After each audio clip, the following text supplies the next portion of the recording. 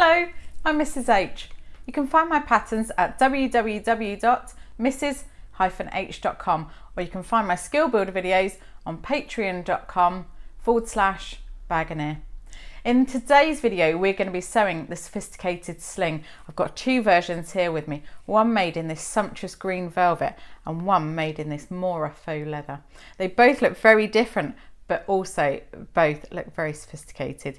This is a simple pattern, very quick sew. This is great for beginners who want a nice structured bag or a nice introduction to bag making.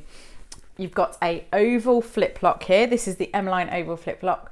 The template for cutting this lock placement is on the pattern, so you don't need to worry about that. And I'll talk you through how to insert it in the video. Got a great feature to it by having that flip lock. You can change this out for any other kind of lock that you like as well if you don't want to use a flip lock. It's got a long adjustable strap, it's got the flap, and then inside it's just got the one zip pocket in there. On the bottom we've got some purse feet just to give it a nice structured base and a bit of stabilizer in there as well. I love this bag. It's a small size. I don't usually carry small bags, but I actually really like this bag and I think it looks great. I haven't seen a version that I didn't like yet. All of the testers versions look amazing and they all look so different. So in today's video, we're going to be sewing every single step of the way together. You can follow along with me or you can watch me and then pause me, but let's get sewing. So the first thing we're going to do is apply our stabilizers, and we've got some Decaville Light and some fusible fleece. Now I've added mine to my main panels already, but I'll add it to the flat now so I can show you how I've done this. Now this fabric that I'm using, this really dark green velvet, doesn't fuse very well. So although I can fuse it, it hasn't stuck on very well. So I've also gone round and basted the fleece in place. So if you are also using something that doesn't seem to adhere very well, then this is what you'll want to do. Otherwise, just follow the fusing instructions. So with your fabric right side down, wrong side up, I'm going to put the Decaville Light on top with glue side up, and we'll centre that because the Decaville Light is slightly smaller than the main fabric. So I've got my glue side up, and then we're going to get our fleece, our fusible fleece, and we're going to put this glue side down.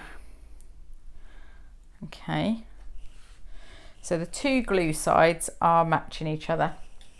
Now we're going to fuse this into place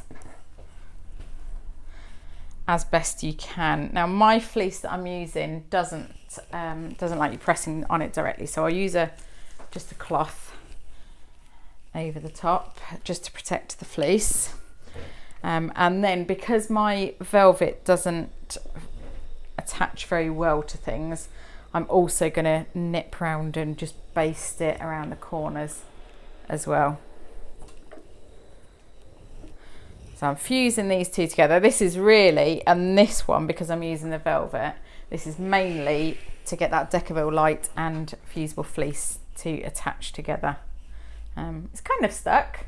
It's not too bad, but it's not quite there.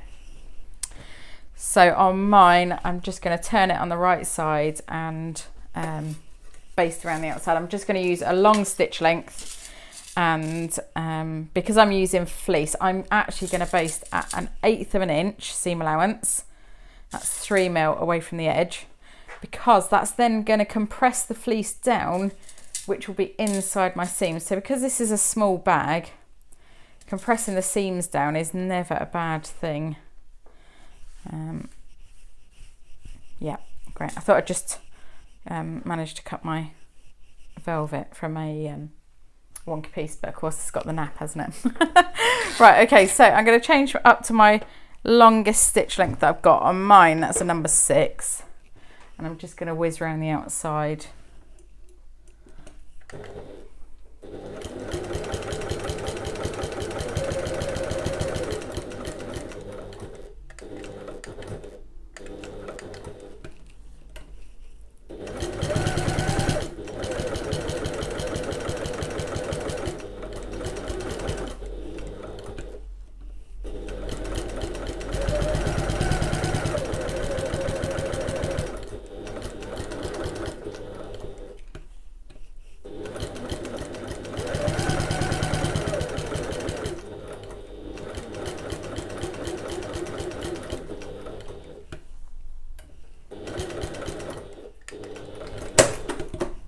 Okay, so if yours has the fleece attached or you've managed to fuse it to it, then you can skip that step.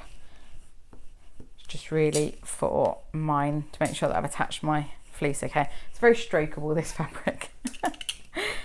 Okay, so what we're going to do, we're going to stabilize our flap and 2 main pieces. So I've done my 2 main pieces, and now you've just seen me do my flap as well. And the Decaville light is sandwiched in there between the fabric and the fleece. That means it gives it the stability, but because it's not fused to your fabric, you don't have to worry about wrinkles or creases or anything. You can pop the flap to one side for now, and then you want your pattern piece for your main panels and your main panels, and we are gonna cut out some holes for our feet, and the feet are not going on until much later. Right, excuse my markings on this. This is my sample pattern piece that I have then edited for the final pattern. Right, so I've drawn my feet marks there onto the fabric. I wonder if you'd be able to see this better if I used a white chalk pen, which I know I've got in my sewing kit. There it is. See if you can see that a little bit better. Possibly not. So I'll describe what I'm doing. So you're just lining up your pattern piece on your fabric and then drawing through that foot placement. I've cut my feet placement mark, that circle, out with a hole punch. Okay, so I've got my feet placement mark. We'll use those later on in the construction. Now, I did notice I hadn't cut my corner off there, so I'll just cut that off before we go any further. Right, so that is our exterior pieces ready. That's all we need to do to them. So we've added our stabilizers, we've made our feet marks. We can put those to one side for now. So we're going to start with our lining, and then we'll come back onto the exterior. I've just got the instructions next to me, so I'll make sure that I don't miss anything or tell you the wrong thing. Right then, so to do the inside pocket, we've only got one, the zip pocket. You need a lining main panel and your lining pocket piece. Now, before you go any further, if you haven't already marked the centres, then I would encourage you to do that now. Just mark the centres, top and bottom of each piece. Okay. Oh, I've done that one. There we go. Okay, now we are going to draw a box on this, on the pocket piece. Let me get to the right page so I know which measurements I'm giving you. And we are going 5 inches from the bottom, that's 12.5 centimetres from the bottom. And we're making our line 6 inches long. So what I'm going to do is draw a line 5 inches from the bottom, and then draw my second line, the top line of the box, 3/8 of an inch above it. That's 1 centimetre above it. And then I'm going to mark the centre of my box so that I can measure either side of that centre. Make sure I've got the right length box. Okay, now with my lovely box, please excuse this. I think that when they were rolling this onto the loom, some of the charcoal interfacing got caught because there's bits of charcoal interfacing stuck onto my white interfacing, so please do excuse it. I don't want to waste it and throw it away when it's only a few little strands. Right, so I'm going to draw a line down the centre of my box and a triangle each end. That'll give us the guide to follow of where to cut our box later.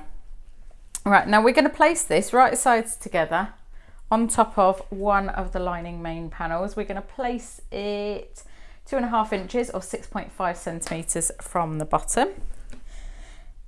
And we're going to line up our centres as well, so make sure that's lined up there, and then that one lined up there. And I'm going to add a pin either side just to hold it in place so we know that's not going to move around while we're sewing it.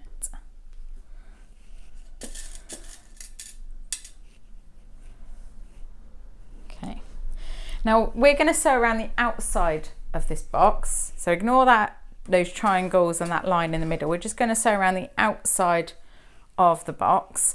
We're going to use our regular stitch length, so let me change that back down. Now I'm actually using dark green thread.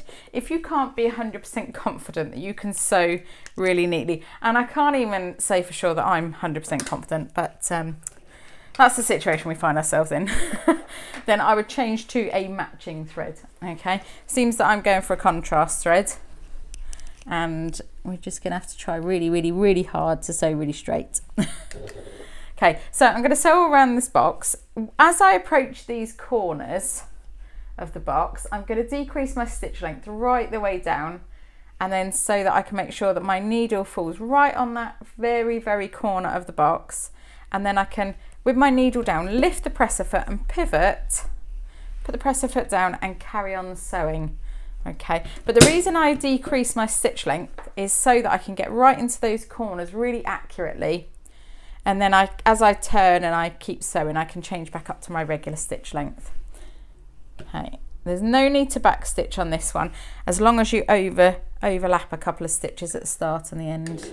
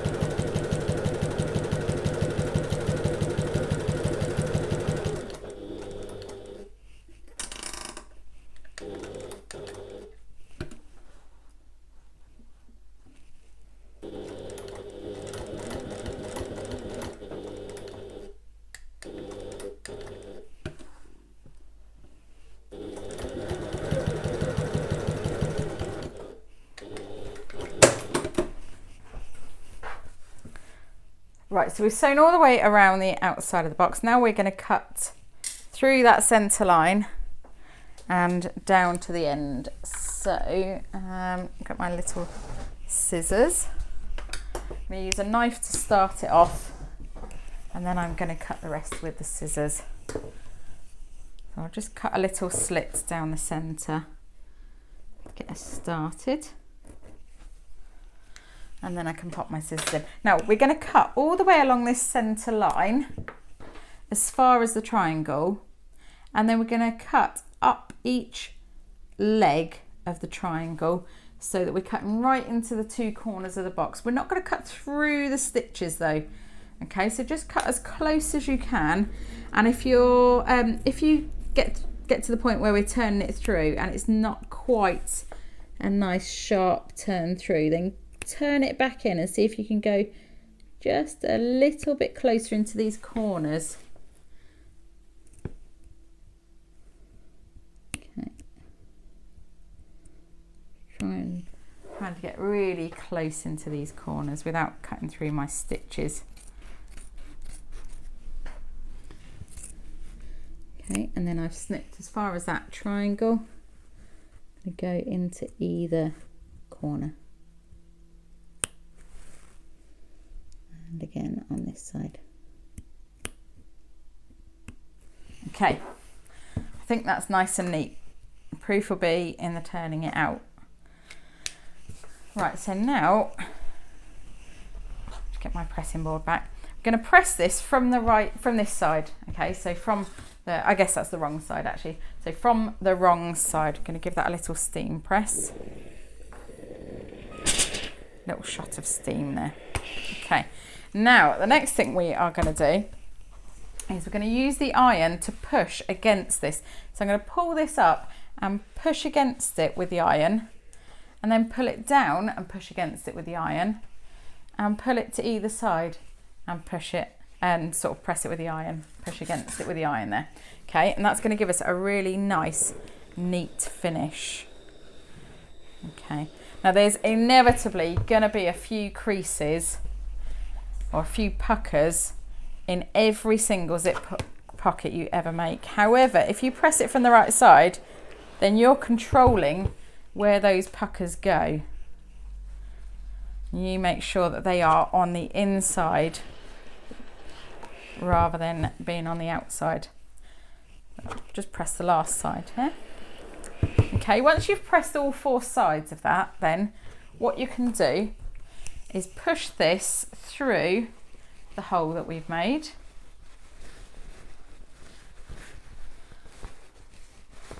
Turn it through, and just tug these corners out nice and neat as best you can.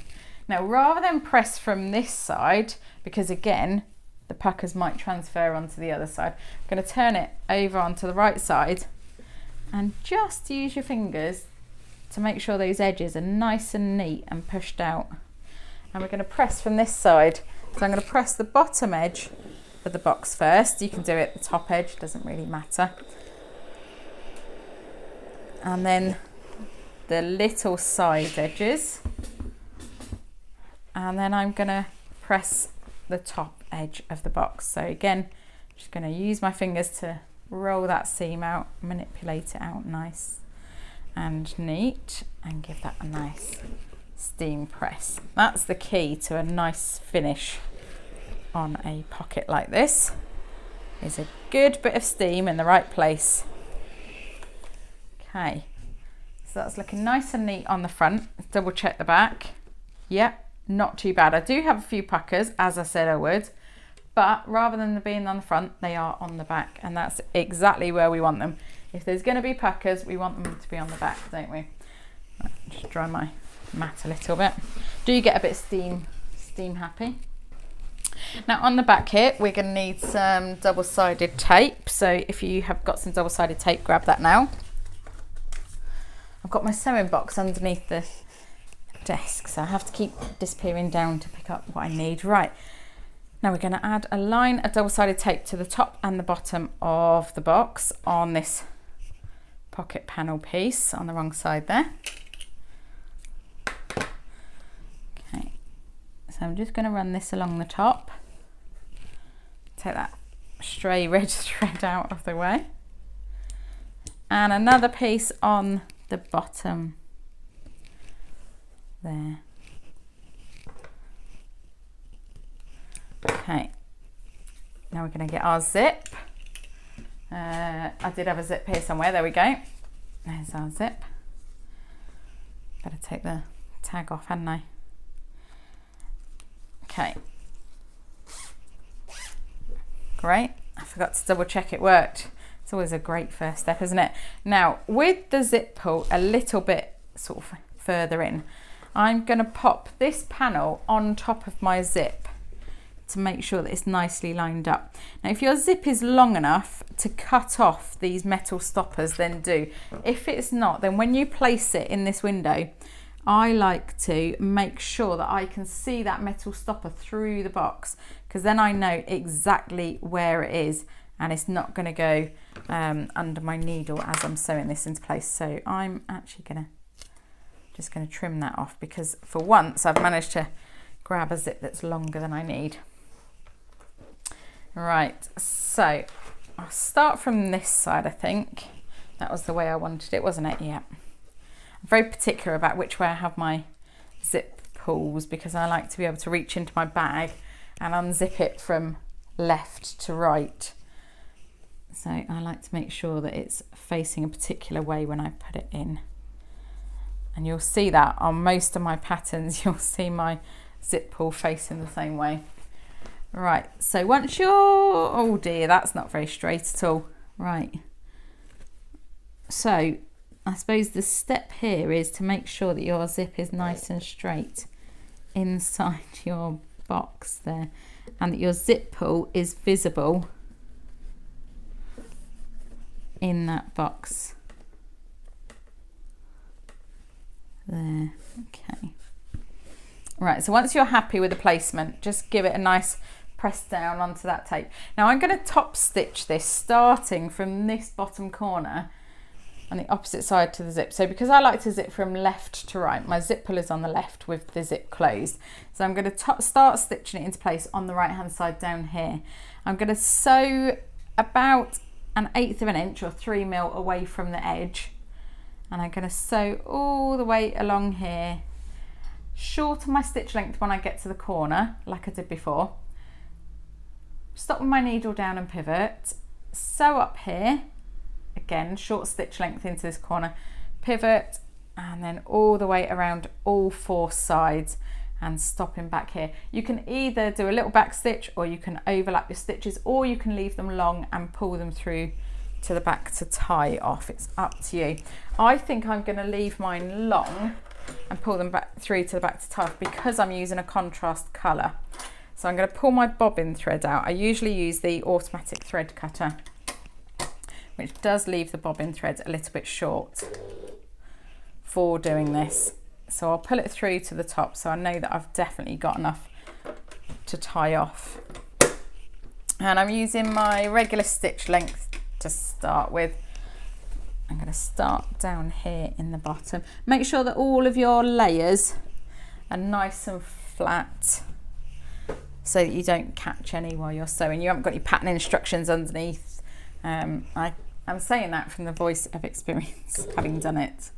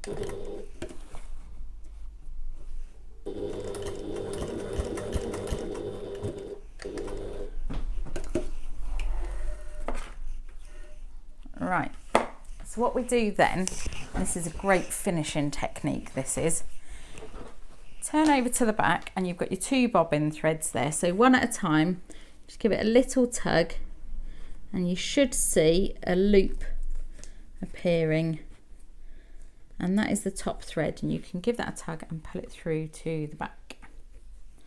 Right, if your loop is not pulling, you're having to resort to drastic measures.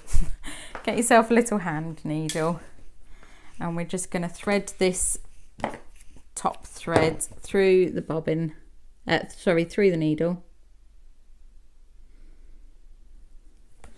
and then we're going to push that through our fabric to the wrong side, and then we can tie the ends off. Okay, now because I've got 4 threads all really close together, I'm actually just going to get them 2 and 2 and tie a little knot with all 4 of them because they're very, very close.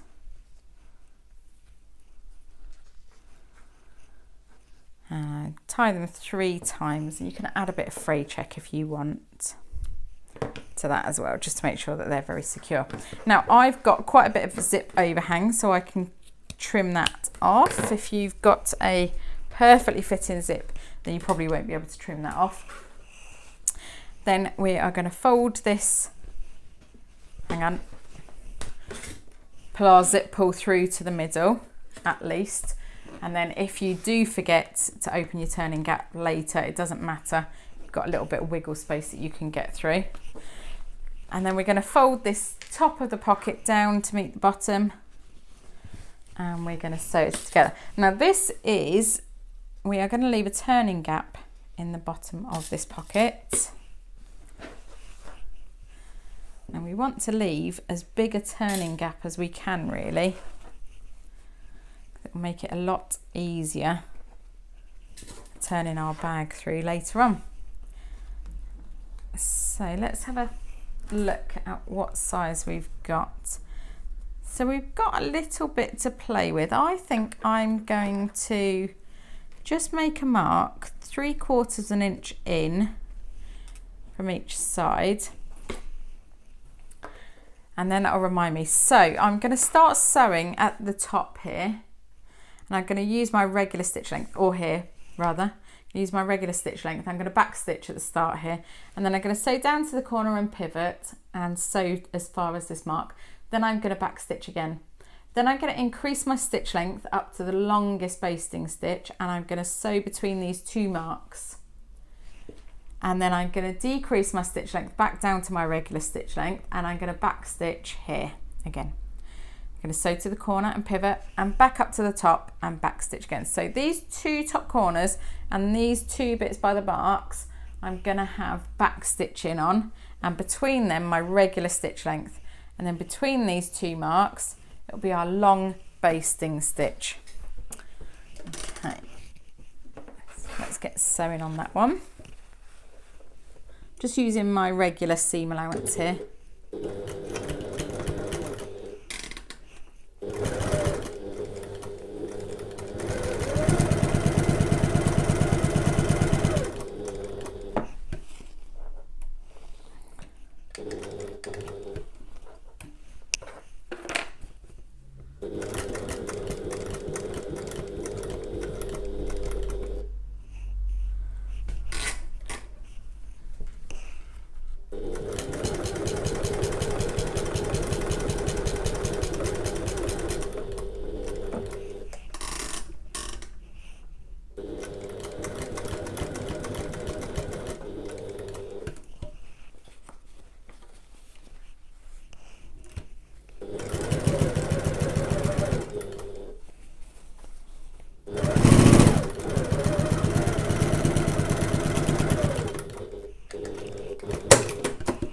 Right, so we've sewn all the way around there, the pocket is closed.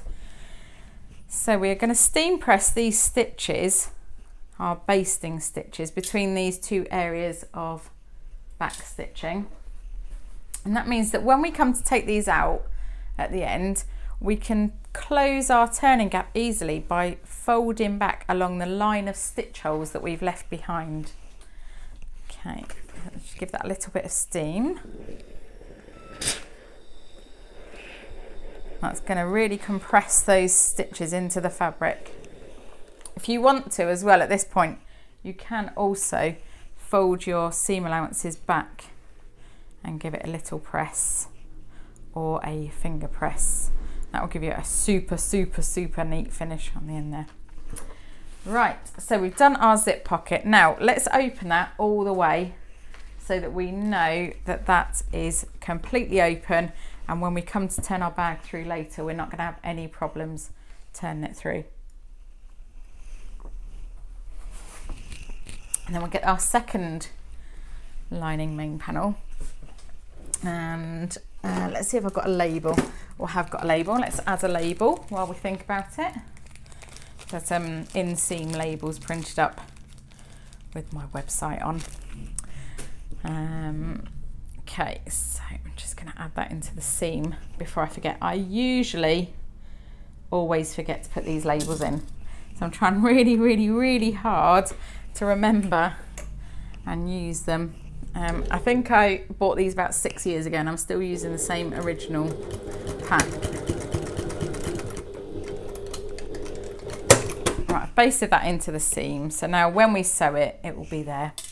Okay, so we are going to match up all of our raw edges around the outside of these panels, and I'm just going to pin them so that I know that I'm sewing it nice and neat, seeing as you're watching me on the video. Although actually I do usually pin because I like things to be nice and neat, and I'm not very accurate otherwise. I find that I go a bit wibbly. Okay. Right, so we'll do the other side, and we're going to sew all the way around the outside, leaving the top open and leaving the corner cutouts open. So we're going to start at the top here and back stitch. We're going to sew all the way down to the bottom here and back stitch. We're going to sew along the bottom. I'm going to do the same on the other side. So back stitch at the start and the end. Now we are going to start sewing at a 3/8 of an inch seam allowance. I'm just going to mark this on here so that you can have a look. So we're going to start sewing at a 3/8 of an inch seam allowance, and we're going to sew along here. And then we're going to taper to a 1/2 inch seam allowance. So we're going from a 1 centimetre to a 1.2 centimetre seam allowance. So I've gone there from a 3/8 of an inch at the top to a 1/2 inch, or a 1 centimetre to a 1.2 centimetre. Okay, and then I'll sew the bottom seam with a 1/2 inch seam allowance, 1.2 centimetre seam allowance, and I'll do the same. So I'll use the same seam allowance on this side. So I'll start at 3/8 of an inch at the top and then taper to a 1/2 inch as I'm sewing. I'm using my regular stitch length for this one.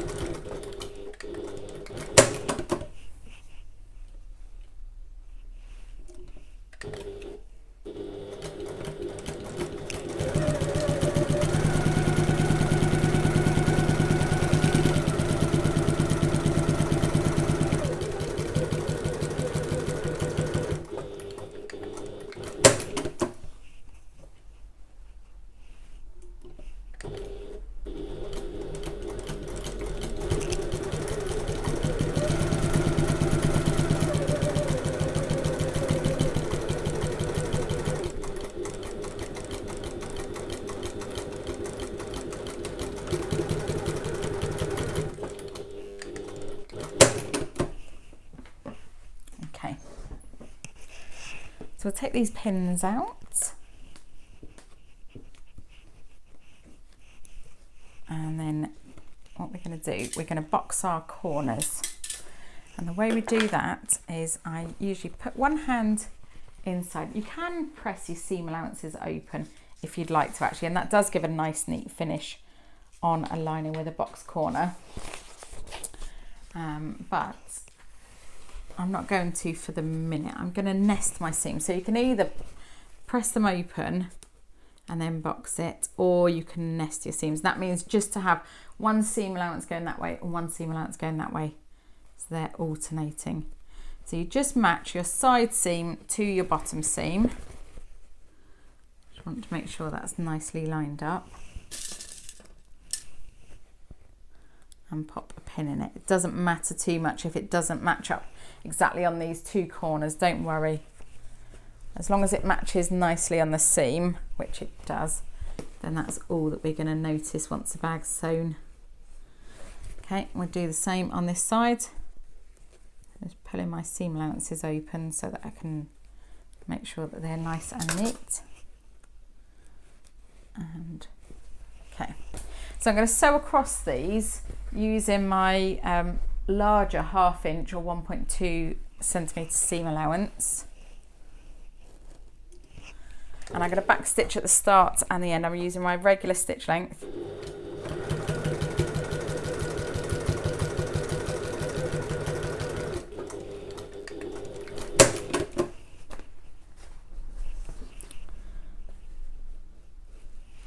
Okay.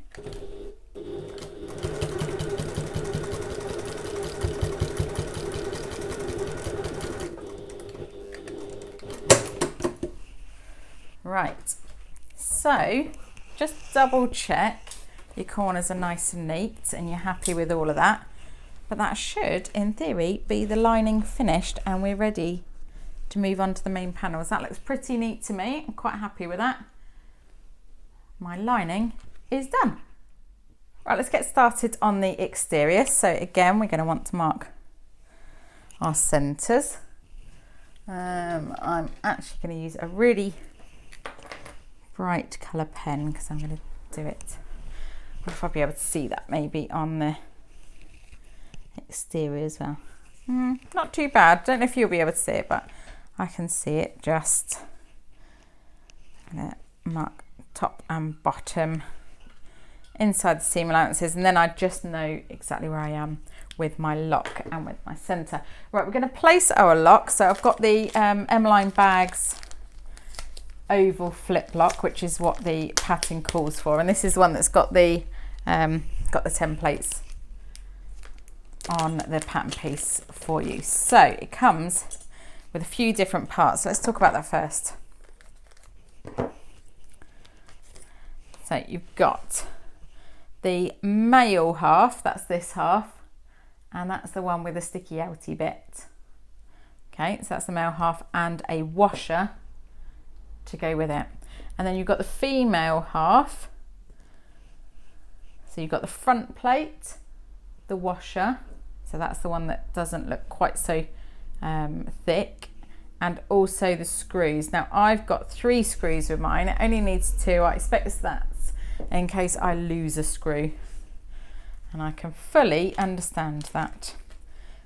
So we'll put the female half to one side for the minute with the screws. We're just going to use the male half at the moment. Got a few bits of dust on there. Okay, so what we're going to do is just double check the prong distance on this washer. So work out which holes on this washer you need to go through for those prongs to sit nice and tight against the washer. And for me, it's the second ones from the centre. So we're going to place this 6 inches from the top of the panel, or 15 centimetres from the top of the panel. So I'm going to line that up with my centre. I'm just going to do it off the desk for the minute because I've got the studio lights reflecting off of my ruler. Okay, right, so that is going to be where the centre is. So on my panel, I'm fully confident that that is in the centre and it's nice and parallel. I'm going to mark the centre there. Okay, so my centre is right there in the middle of my panel.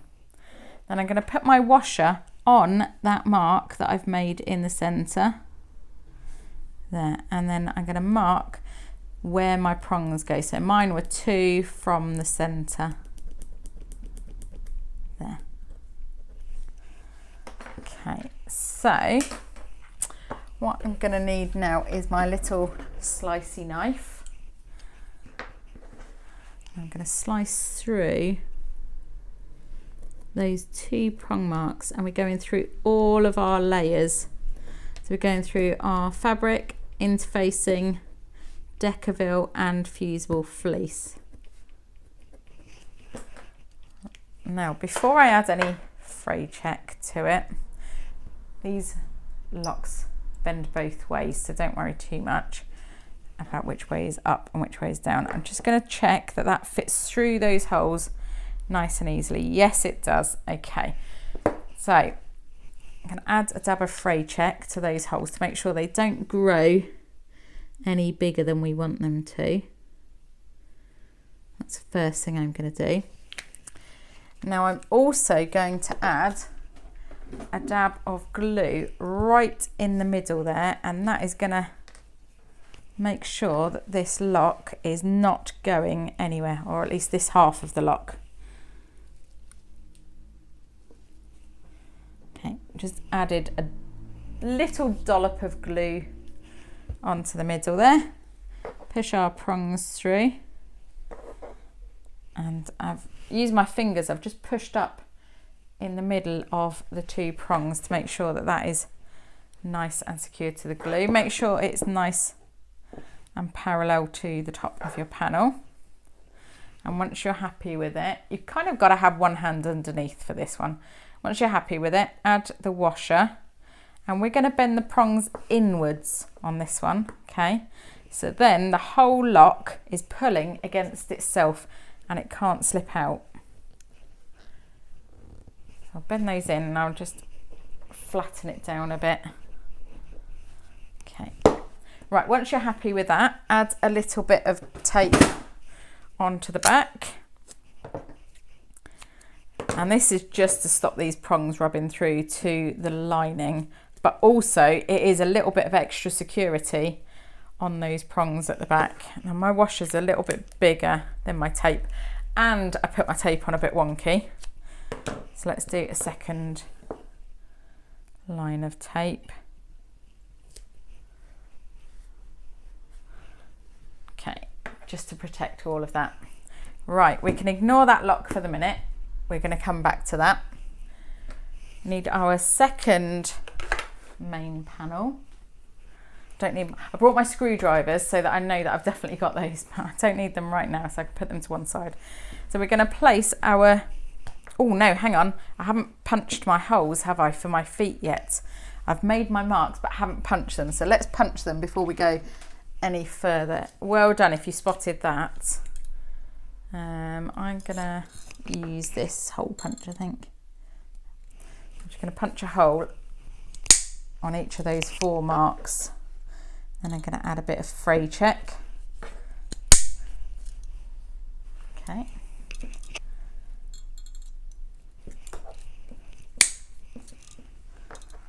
There we go, and a bit more. There we go. Okay. Right, let's add a dab of fray check to those to make sure that they're not going to grow in any way.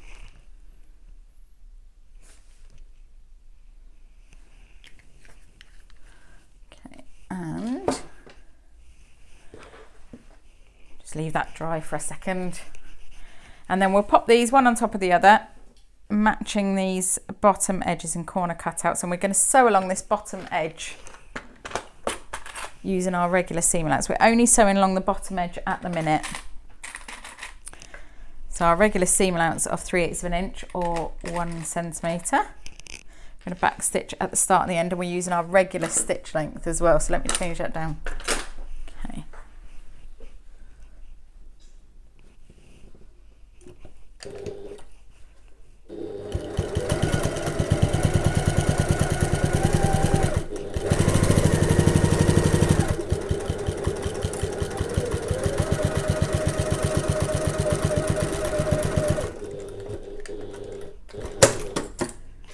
Right, now the reason we do this is so that we can then open this seam up, and I'm going to stitch either side of the seam allowance to make sure that that sits really, really nice and neat, and our bag will sit nice and flat on its bottom then. So I'm just going to open these. Don't really want to risk pressing my velvet, so I'm not going to press on this occasion.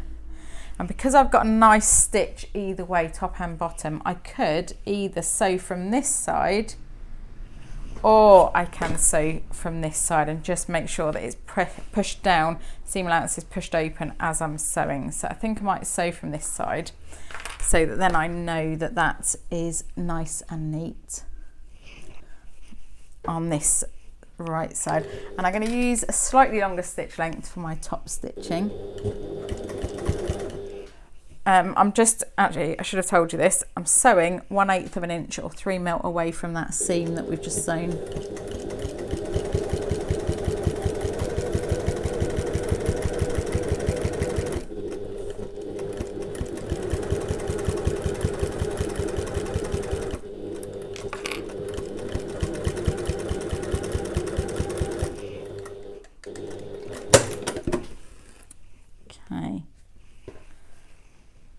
That's such a good colour match, can't even see it, my velvet, but it will hold these seam allowances down so that we get a nice flat bottom.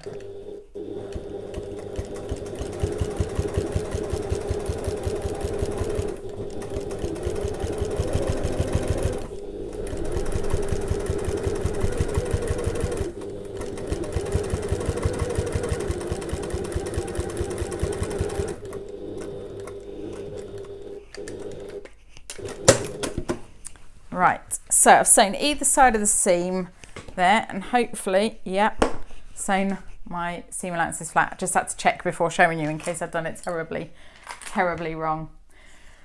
Okay, so now what we're going to do, we've sewn that bottom seam, and the only reason for doing that bottom seam is just purely and simply to get a nice flat bottom. Okay, now I'm going to, before anybody comments on my colour differences, because I've got the two different naps, so I've cut them the same way so that when my bag is finished, hopefully the nap will be going the same way, but on the camera I understand it does look different. Right, so fold these back, right sides together, and we're going to sew along the sides next. I'm going to use our regular seam allowance of 3/8 of an inch or 1 centimetre. And I'm running out of matching colour clips. There we go. Okay, so I'm going to sew from the top to the bottom, back stitch at the top, back stitch at the bottom, regular stitch length, regular seam allowance of 3/8 of an inch or 1 centimetre.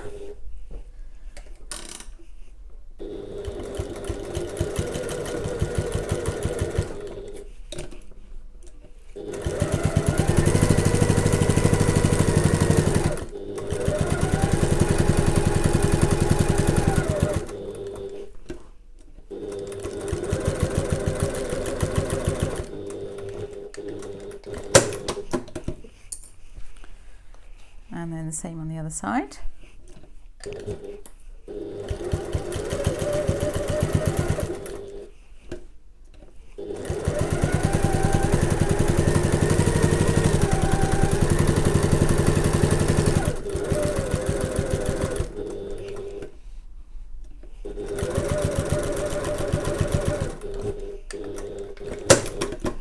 Okay. Now we need to box our corners, and I think that it's probably best if you finger press these bottoms of these side seams open before you do it, then you get much easier boxed bottom. Okay, so because our bottom seam is open, I'm also going to open my side seam and match those corner cutouts. Just pop a clip on, just match it as best you can really. And then the same this way. Okay. Make sure those corners are nice and neat and they're all flattened out together. I think this is going to look great actually. And then we'll sew those to our regular seam allowance, regular stitch length, back stitch at the start and the end.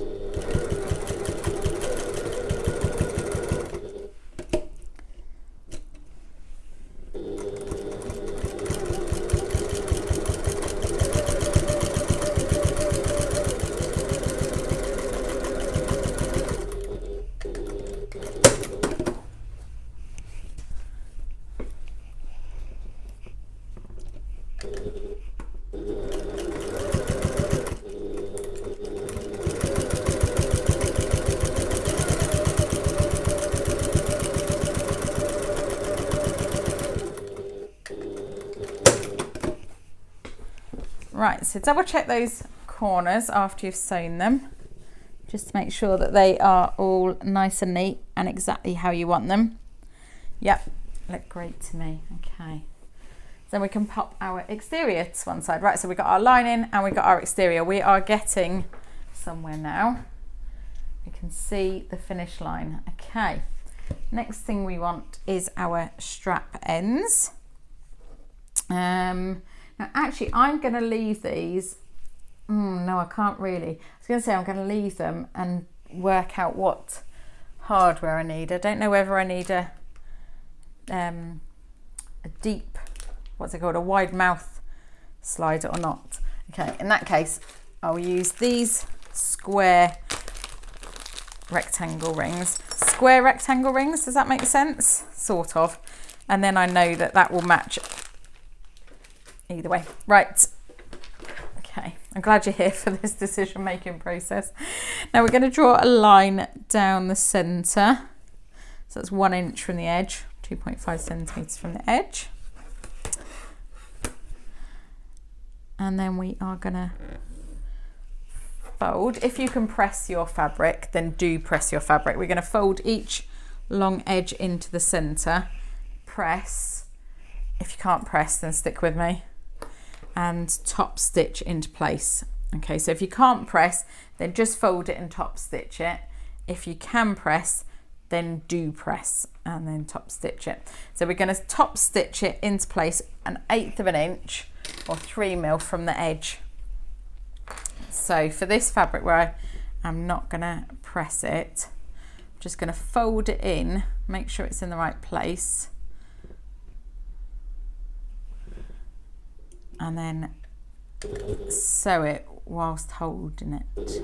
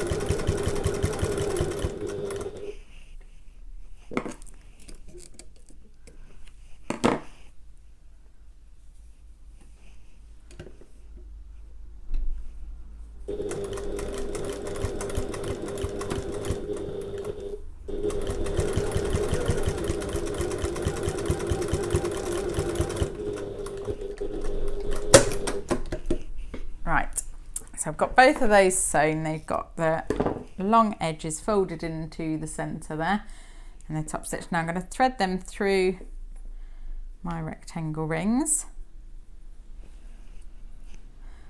and at this point you can either stitch along the edge nearest to your ring, or you can just baste, or you can add a rivet there and baste it. It's up to you, it's your choice. I'm not going to add any rivets on this bag just now. I might go back and add some later on. I want to just sew at the moment, so I'm just going to baste my two short edges together, I think.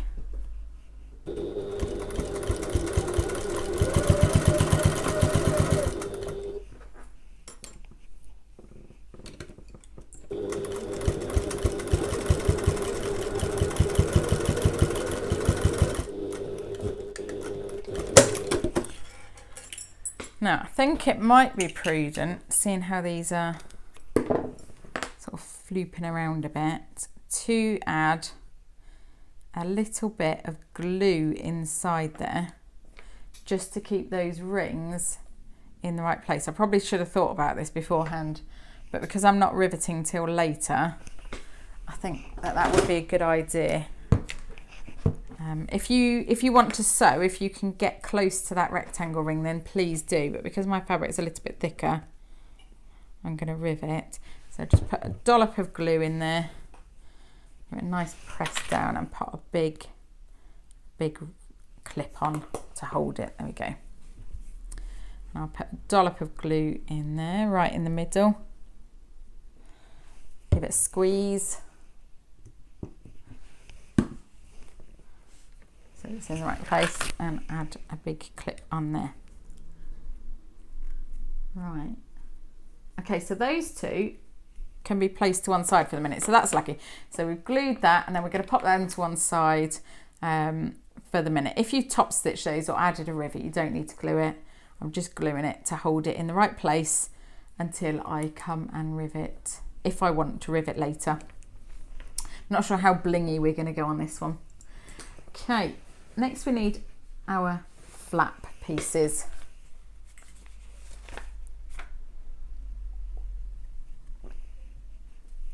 So you're going to want your exterior with your stabilizers attached, your Decaville and your fleece, your lining and your pattern piece. Now the pattern piece has got this little shape here for where to cut out for your lock placement.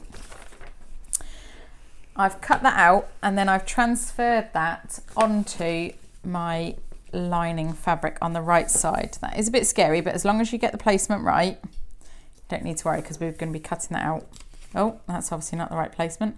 There we go. Okay, so make sure that that is all lined up with the sides and the edges, and then draw around it on the inside. Don't panic, we're going to be cutting that bit out later. Okay, so we just need to know that that placement is in the right place. Then we're going to sew these right sides together. So match up your bottom edges and curves and everything nice and neat together. And then we're going to sew around the entire outside of this flap. We're going to leave this straight top edge open though.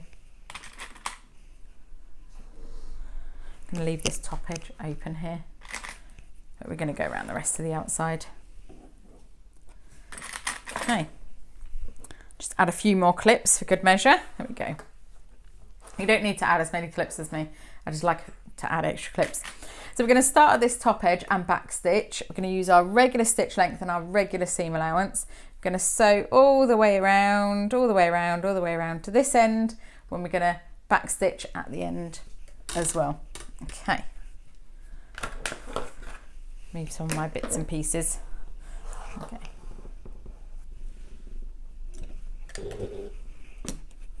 Right, so for the flap, I've sewn it once and unpicked it because my velvet moved. So we'll imagine that that didn't happen. We'll sew it again, this time with pins.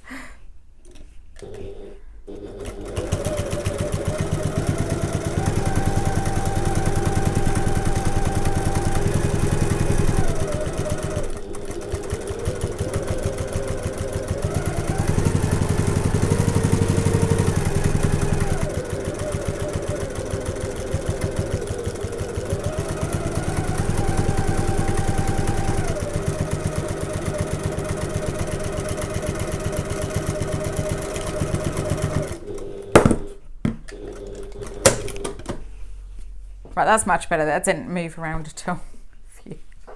Okay, so just take these pins out. Next, we're going to need our pinking shears. If you haven't got any pinking shears, then that's fine. Just notch the seam allowances here. If you have got pinking shears, then we're going to clip all the way around these curves, just to take the extra bulk out of the seam allowance here. Might as well go all the way around the bottom as well. Don't really need to, you only really need to do the curves. It doesn't hurt to. Okay. Right, then we can turn this right sides out and see what we're working with here, see what we got.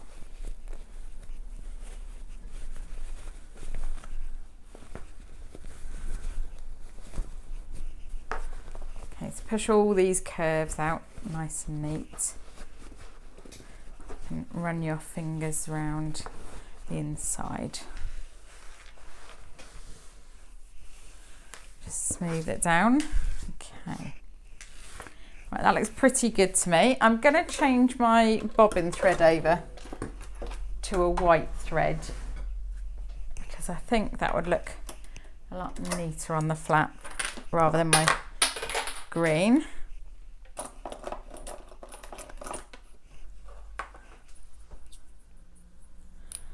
So I'm going to keep my green in the top, just change my bottom bobbin thread over to white.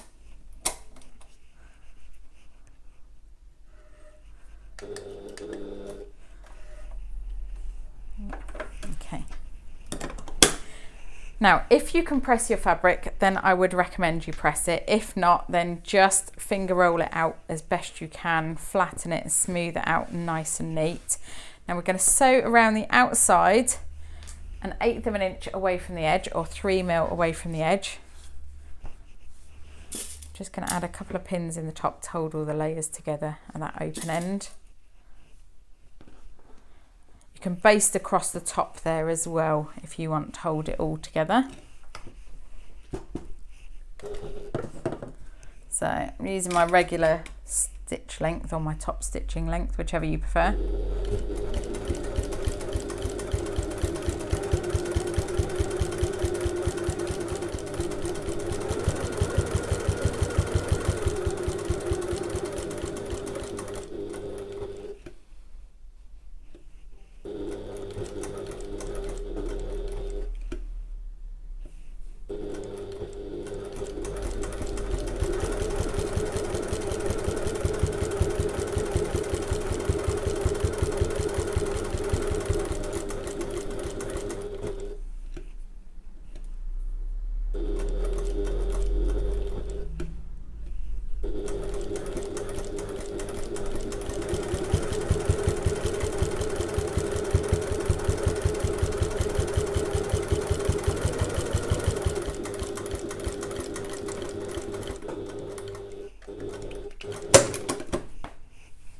Just double check you're happy with that before we move on. Yeah, okay, great.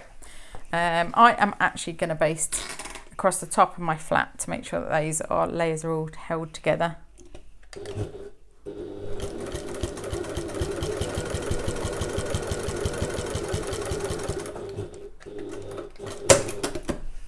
Okay. Right, now comes the fun bit. We are going to add a hole into our finished flap. So I'm going to pause you here and I'm going to gather everything we need, and then we'll talk about adding the lock onto the flap here. Right, I said this would be the fun bit. So what we're going to do is we're going to cut a big hole in our nicely finished flap. Not scary at all, no. Right, what you will need is some fray check, a hammer and some punches, or some little tiny snips, your choice. And then we'll need our lock. So I've got my other half of my lock here, my female half, and some screwdrivers. I'm also going to add into this as well some glue and some clips as well. Okay, so don't worry about that too much for now. Right, to start with, make sure you run a really nice solid surface. So I've got this really heavy board. I use this for rivets, if you couldn't tell already. Now I'm gonna have a look for the right size punch for my oval. Right, I think that is the right size, in as much as it's the right width and it's got the right shape on one end. It's not quite long enough, so I'm going to punch one end, punch the other end, and then punch in the middle. And there's two sides to a punch. You've got the sharp side, which just feels a little bit sharp, and then the other side, which is not sharp at all. So you want to put sharp side down. Mine are shaped, so where they join there, I tend to get a little bit left over, so that won't cut neatly through that little gap. But that's okay, because I can cut it afterwards. Right, so line it up on the line of what you want to cut. I'm going to turn my microphone off in a second, and so you don't hear the bangs from the hammer. So hold it completely straight up, and then we're just going to give it a good few whacks. You'll be able to feel it going through. Lift up, and I'm going to do the other end, and then I'm going to do the middle, and then we'll snip away any extra that's been missed. Okay, so I'm going to turn my microphone off so you don't hear lots and lots of bangs.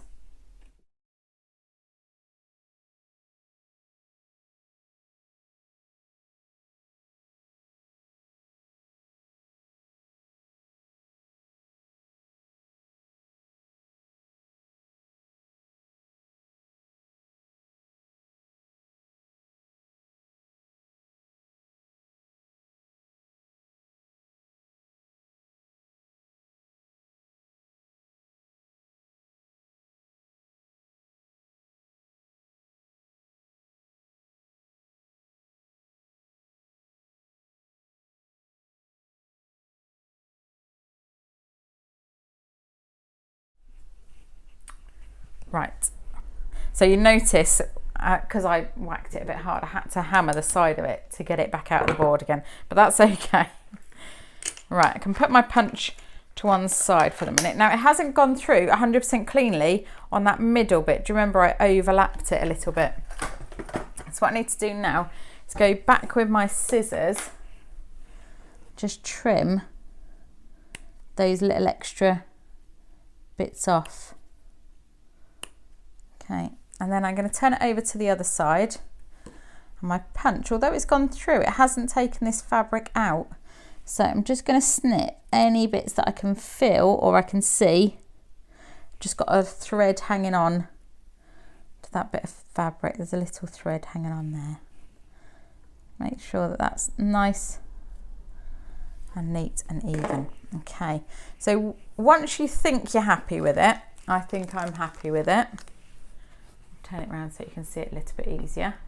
I'm going to do a little test fit of my lock to make sure that I have actually done that right. Now that fits really nicely from the right side. Double check the back. Doesn't fit quite so nicely from the wrong side. I need to take a little bit more off there. So if you can see on the wrong side of yours, you've got a little, it just fits really nice and snug into there. Mine doesn't quite fit so snug on this side. And can I, oh, there we go. Just managed to push it in a bit better and pop it down. Right, so because this is a fairly sizable little hole that we've made, I'm going to add a dab of glue along the inside edges of this oval that we've cut. And don't worry too much because this is going to be covered up by your lock. Just a little bit onto those layers. It's mostly on the layers at the top of the hole. Okay. Right, and then can pop our lock back through. Now I've got a bit of glue spilling out there. I'm going to make sure not to get my flap, my nice fabric side of the flap in that glue that's spilt out. Make sure these layers are all nicely pushed down. That looks pretty good from this end. I'm going to want the washer next. Make sure that fits over. Yeah, great. Okay, so add a little dab of fray check. Make sure that that hole's not going to expand any further than we want it to.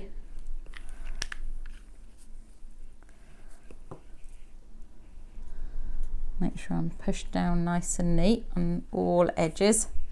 We're going to pop the washer on and we're going to add 2 of our screws. Okay, so I would recommend a magnetic screwdriver for this if you've got one. If you haven't got one, find a screwdriver and a magnet and put the magnet on the side of the screwdriver while you're handling these screws. Right, what do we need? We need a little one. Is that the right size or is that too little? That looks pretty good to me. Make sure everything's still in place and add these screws in. I'm going to be very, very careful with this flap for the next few minutes until this glue has had a bit of a chance to dry. Now, twist locks are fitted exactly the same as flip locks, so once you've fitted one, you know how to fit the other.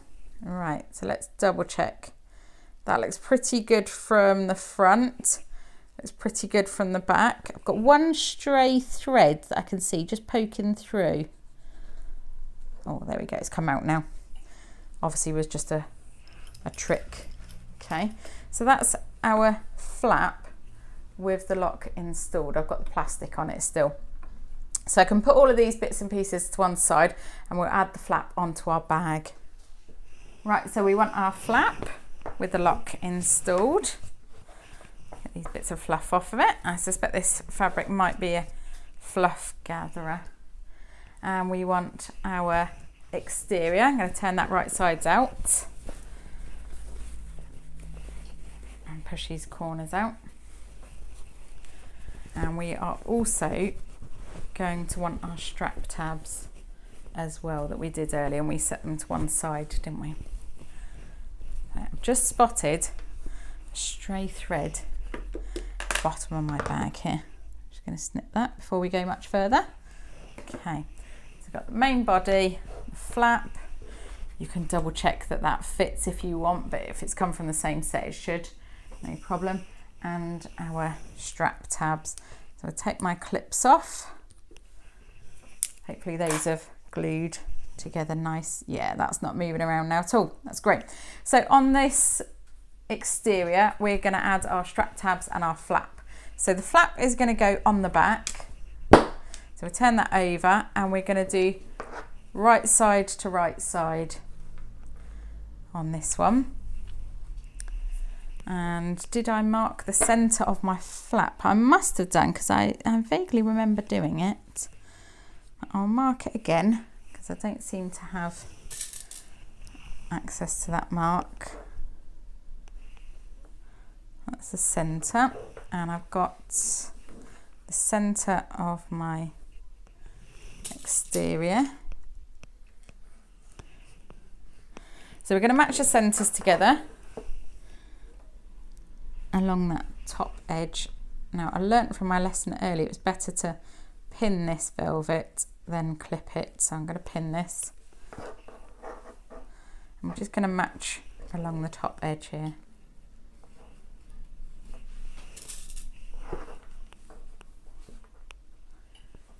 Right sides together. Okay, like so. And this is on the side that doesn't have the male lock. Okay, so when we've sewn it, it will come round onto the same side. We are also going to attach the strap tabs. So if you want to open up your seam allowances and then match that onto the centre. I'm going to try and do this with pins. I'm not sure if I'll be able to manage it. No, I'm going to have to go back to clips. That's okay. And try to make sure they don't slip around while I'm sewing them. And then the same on the other side. Open up that seam allowance and clip that on.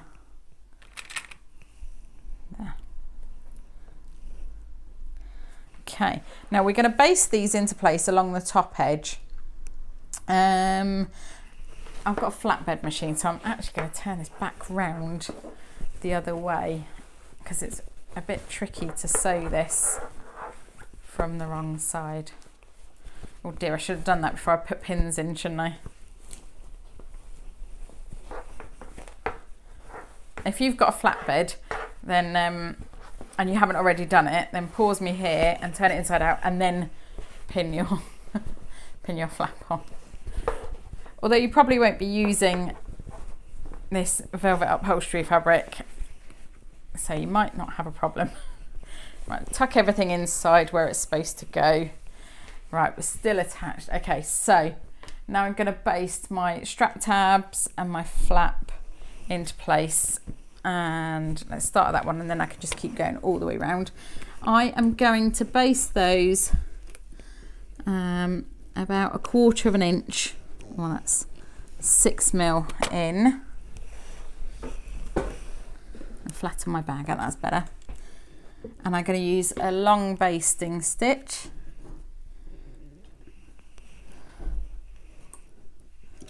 And just baste those into place.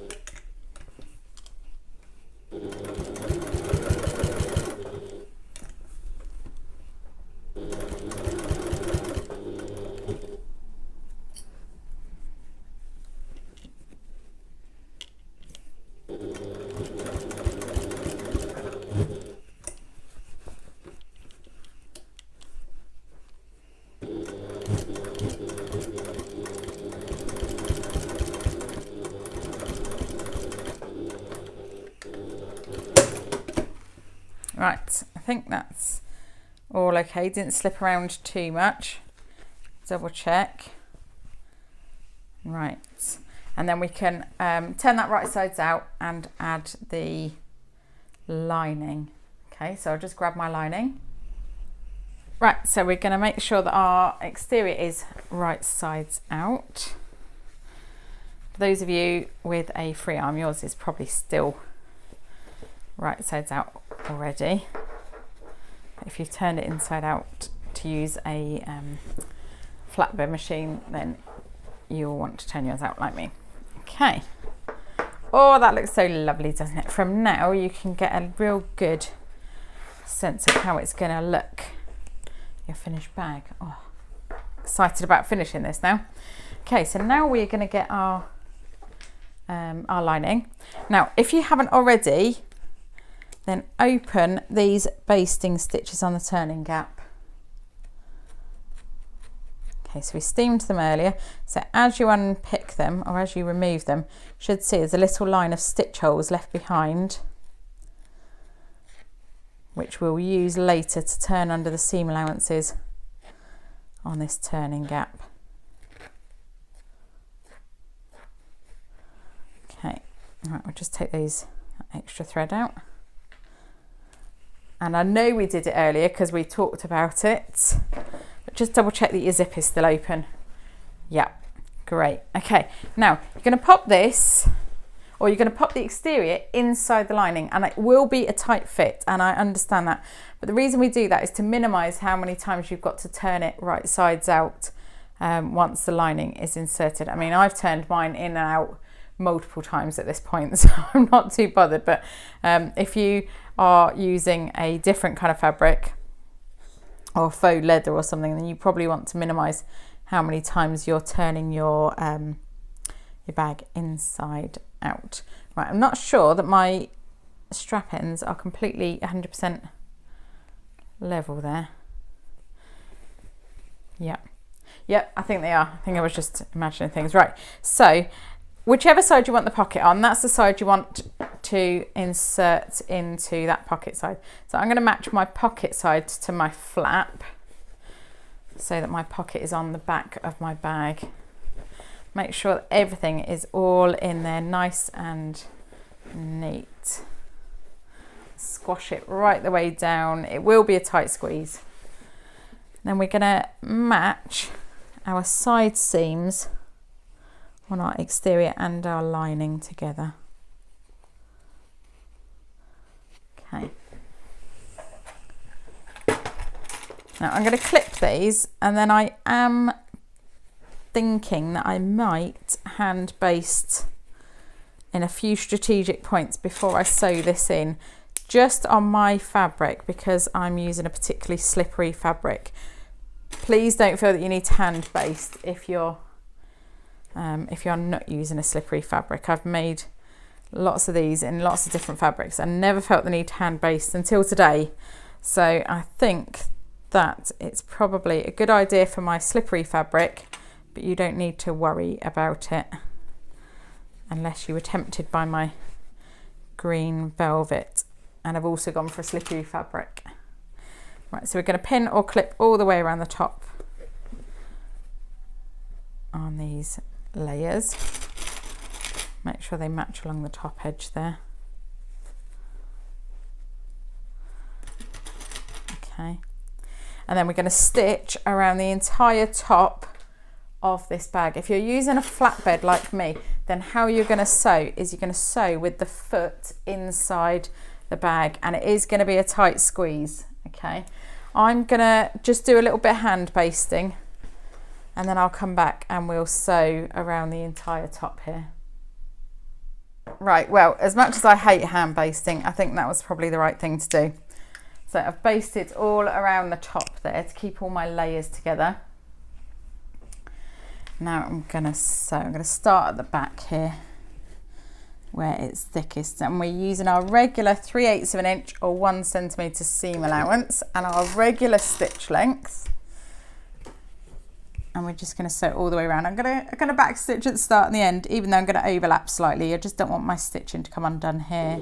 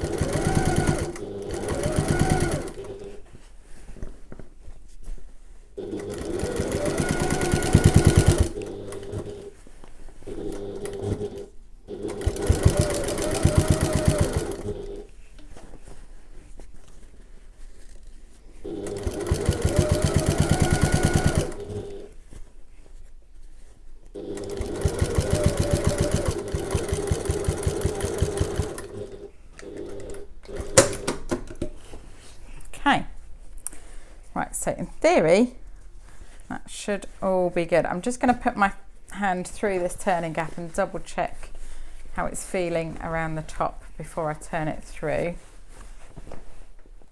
Only because I'm using such a slippery fabric. There's a very poor choice from sewability point of view, but very, very, very pretty.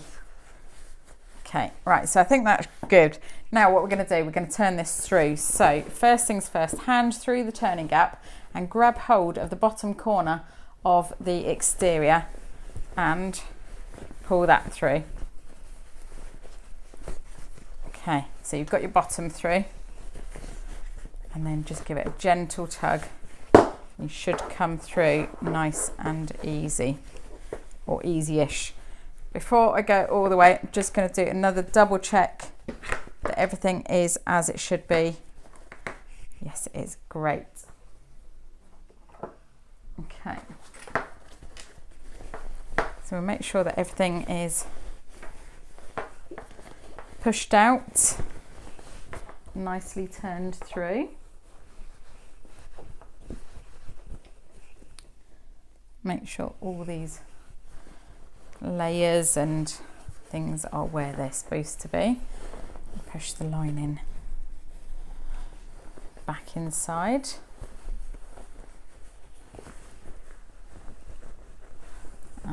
Make sure those corners, bottom corners, are nicely pushed out.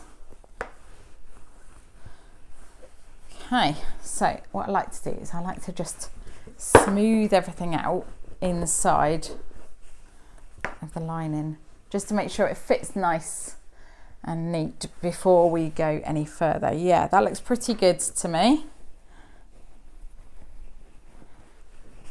Okay, just make sure that I'm all nice and neatly turned out. Yep. A little bit long-winded, my turning out, but I just like to know that everything's nice and neat. Okay, now we are going to add our feet next.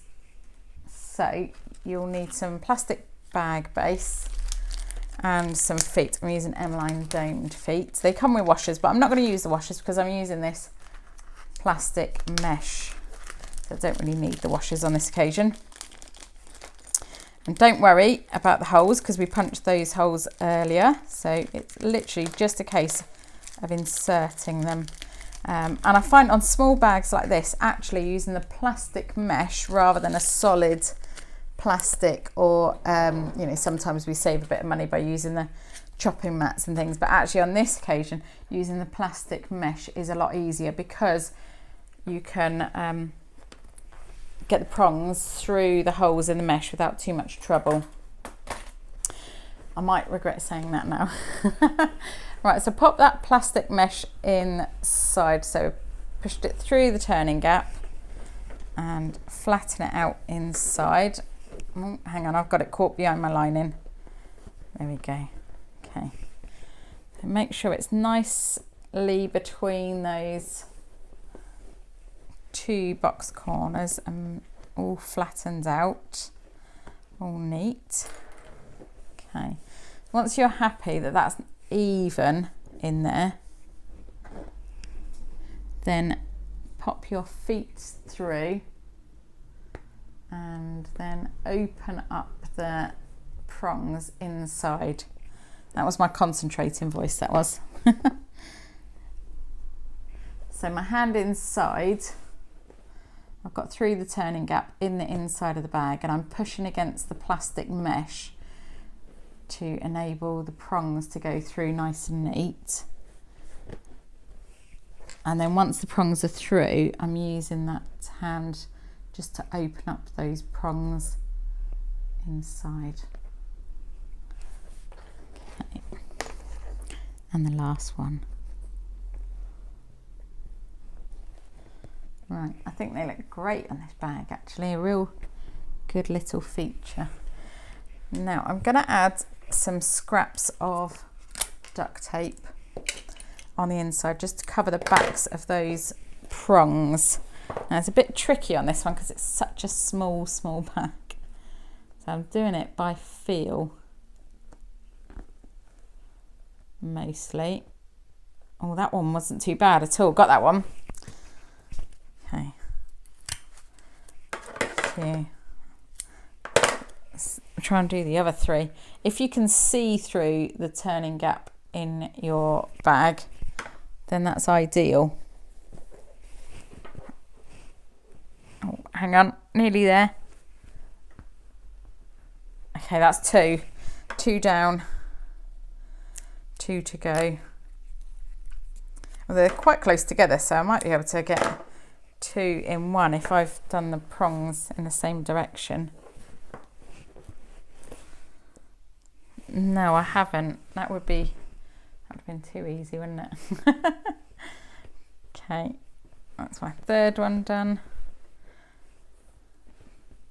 And the fourth one. Let's see where the prongs are before I start. Right, they're at a bit of a diagonal angle. I could have turned them, couldn't I, and lined them up. But apparently struggling is far more achievable for me. Right, okay, so all of those 4 feet, the prongs are opened into the mesh, and I've got tape on the back of them, so they're good, all inserted, nice and lovely. Okay, now we're gonna close our turning gap and we're going to top stitch. What I like to do is I like to top stitch before I close my turning gap, because I think then if you need to, you can sort of pull things down inside through the turning gap. So if you've got a free arm, go ahead and pop this on and top stitch. If you've got a flatbed like me, then we're going to need to turn it inside out again. So again, grab the base, I'll grab the bottom of the bag and pull it out. Now I need to think about what colour threads I've got, because I'm going to be sewing on the green fabric, so I'll want green in my top and white in my bobbin. That's what I've got already. That's great. Okay, so we're just going to top stitch around the entire top of this opening. I might just add a couple of pins into the side to hold this velvet down in place. Make sure that that is all where it should be before I start top stitching. I'm going to top stitch with a slightly longer stitch length, I think. I'm going to stitch 1/8 of an inch away from the edge, or 3mm away from the edge.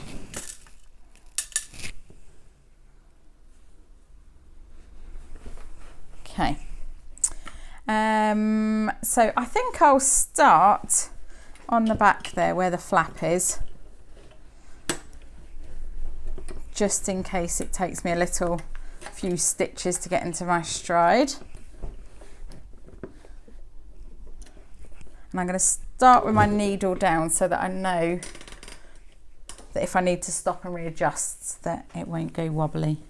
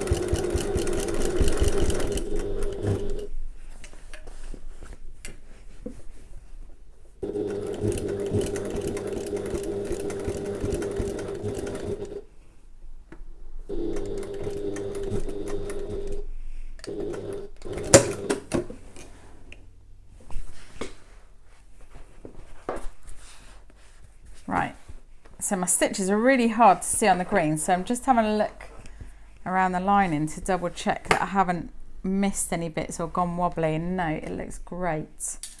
Okay, obviously if you are using fabric that you can press, then you can give it a nice steam press to make sure your top edge is nice and flat before you even think about top stitching. Okay. Right, let's turn it right sides out again then. If you've got a free arm, then you won't have been doing all this to-ing and fro-ing and turning inside out and back round again. Okay. Push these corners out, push everything out nice and neat.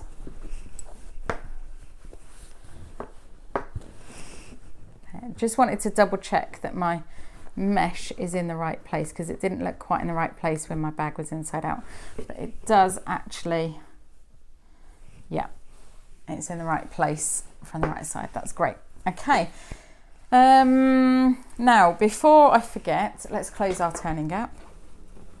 Most people, if you've ever received a bag from me, most people will know that I'm constantly forgetting to close my turning gaps. So all we're going to do, pull your zip pocket out, and that line of stitches that we sewed and then unpicked earlier, just fold along those stitch holes. Give it a nice little finger press.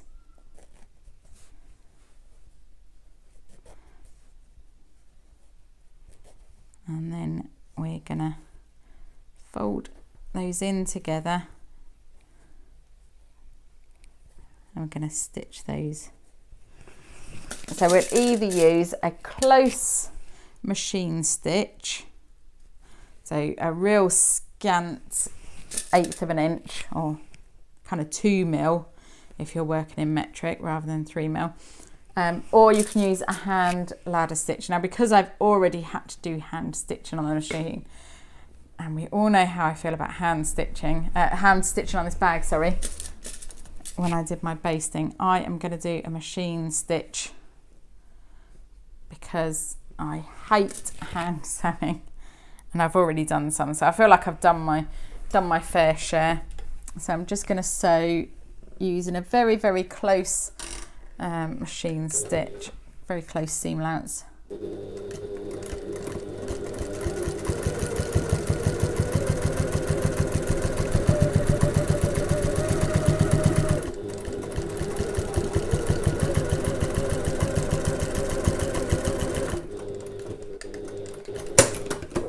Okay, right, so we can tuck that into place, and if we wanted to use the bag as a clutch, it would be finished.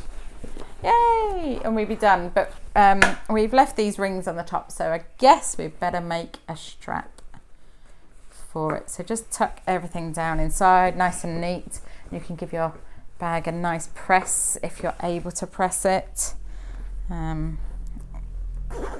Close the zip pocket, make sure that's all nice and neat inside. Better double check that it meets. Yep, that's great. Okay, fabulous. Okay, so we need a strap now, don't we? Can pop that to one side and we'll get our strap. Right, we're nearly finished with our bag. All that we need to do is the strap. So I've got my strap here and I've interfaced it, and I've drawn my line down the center already because I can't really press a nice neat line into the center of this fabric. So I've drawn my line down the center. Now what we're going to do is we're going to fold it in half. Sorry, we're not going to fold it in half. We're going to fold the long edges into the center, and we're going to stitch down the center of each half. So we're going to sew 1/2 inch or 1.2 centimeters away from the folded edge. And then when we finish our bag, or we finish our strap rather, we'll have a line of stitching down the center-ish on our finished strap.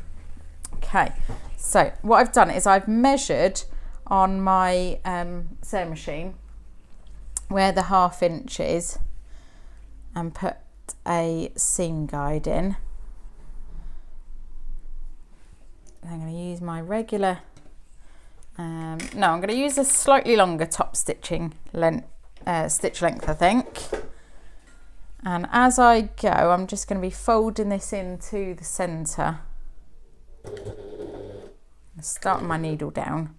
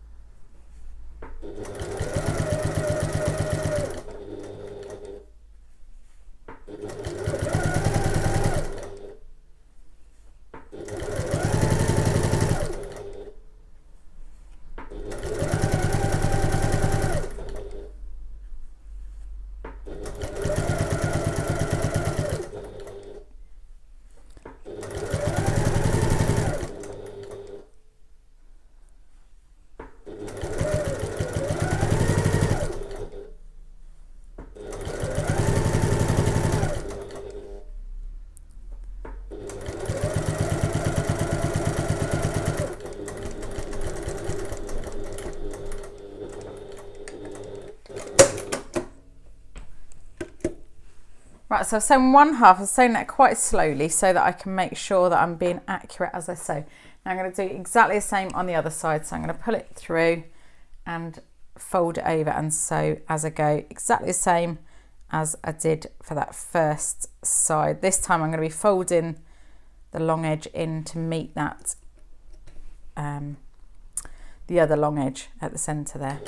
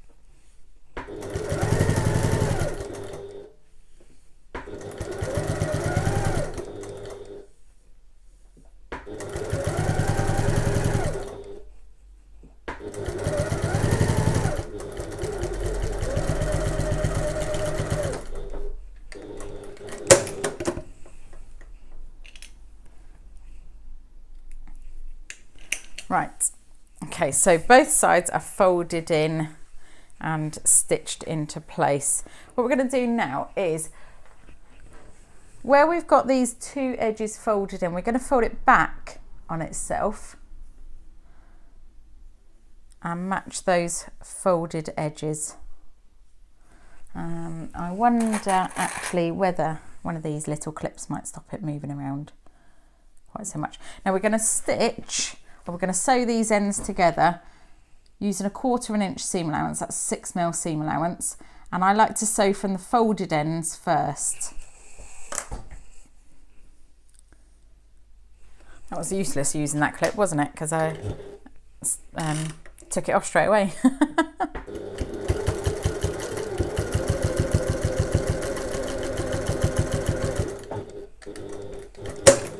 Okay, and then we're going to do the same on the other side. So take your 4-fold strap and fold it back on itself. Match up those folded edges, and we'll sew just the end.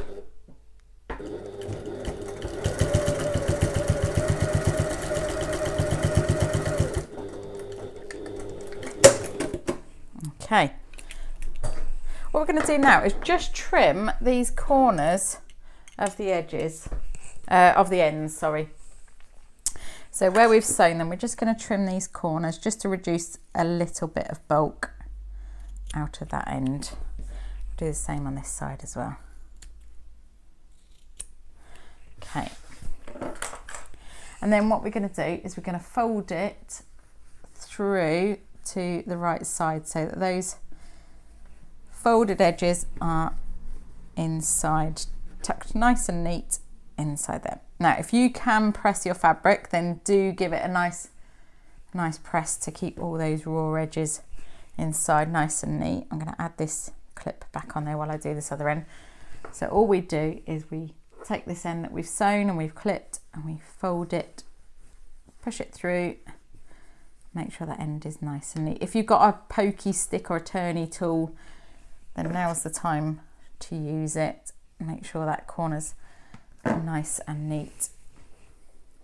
Okay, so now we're going to fold along the center line here, and then we're going to stitch all the way around the outside of this strap, so all 4 edges. So we're going to start on this open end, make sure it's nice and folded in as you go. So we're going to start on this open side, so all the way along to the end and then back up the other side so that we get a fully enclosed strap.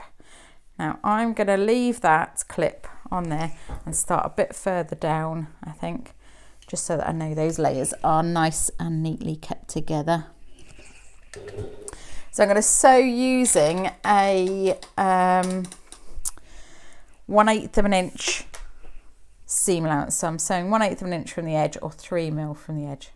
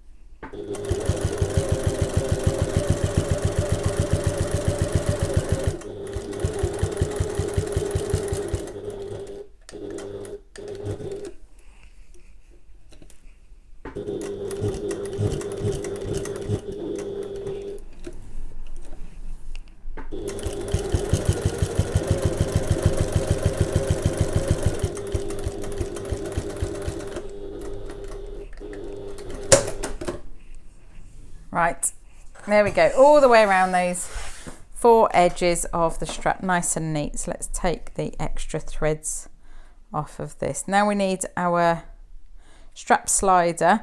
Now I've got a choice of 2 strap sliders, so I'm going to see if it will fit, because I don't know about this fabric. I haven't used this fabric before. I don't know if it's be too thick to use my regular strap slider, or if I need to upgrade to a wide mouth strap slider.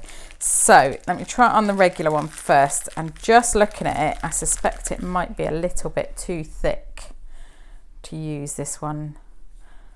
Let's give it a go and see. Oh, I don't know. Let's have a try as though we're using it. Oh dear. I don't know. No, that's a bit thick. I'm going to change then to a wide mouth strap slider, and all it is it's shaped so that you've got a bit of extra space for particularly thick straps, so that they sit nice and flat in this slider then once you've constructed your bag. Okay, now if you've got a right side of your strap, then have it on the underside of the right side of your slider. So I'm going to sew mine like that. Okay, so I've got the right side here coming up on top, the right side of my buckle, and I'm just going to stitch across there to secure it in place. I wonder if this clip will hold that in place. Yeah, okay. Now if you're using rivets, you can just add a rivet in here, but I'm going to stitch mine just to secure it.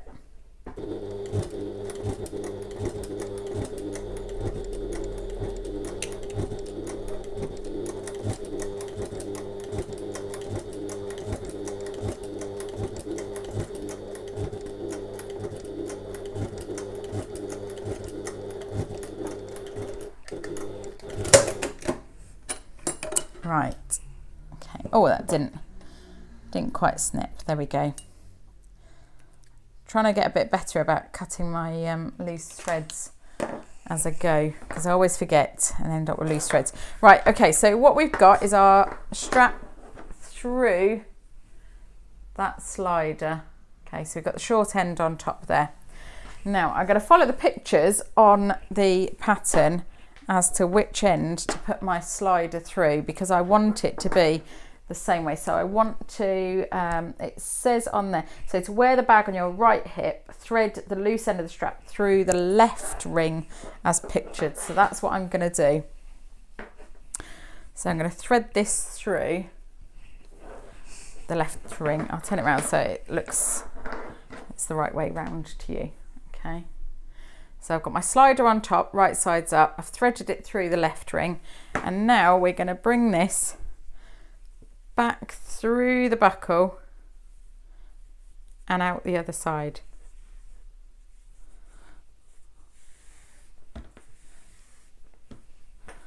Okay, and then this loose end we are just going to push through this rectangle ring and secure that into place. Can add some stitching.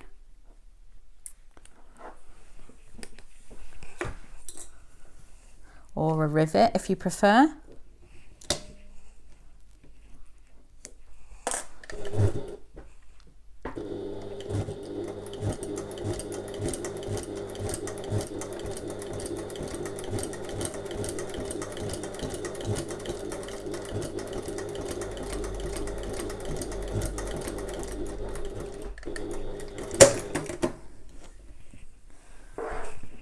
Okay. Right, all that's left is a good press, if you can press the fabric of your bag. I can't press mine, so I think what I'm going to do is I'm going to stuff mine full of some brown paper or some tissue paper or something, and give it a nice steam, and then it will hopefully, and then I'll just smooth it out to get the wrinkles out or any extra creases, and leave it with the paper inside so that it doesn't set with any wrinkles. And then you can just take the plastic off Oh, go on. This is the moment of truth. Take the plastic off of the lock. Oh, hang on, it's stuck on there. What have I managed to do? There we go. I think I managed to get the plastic underneath when I glued it on. Oops. So pull the plastic off and then pop the lock on. And there's our finished bag. Oh, I'm so pleased with it. I think that looks great. I can't wait to use that. And I can't wait to show you all, because obviously I'm doing this video in advance. I can't wait for you to see and for you to make your own sophisticated sling as well. So I'm going to leave that to set. So the next time you see it, hopefully it will be nice and neat and all perfect and ready for use. So here's my final bag. And although the velvet wasn't perhaps the easiest fabric to sew with, I absolutely love it. I think it's great with the gold hardware. It makes it look really different compared to the original one in the Mora. I can't wait to see what fabrics you choose for your bag, so please do come back and show us when you've made your own sophisticated sling. Thank you for sewing with me. Bye bye.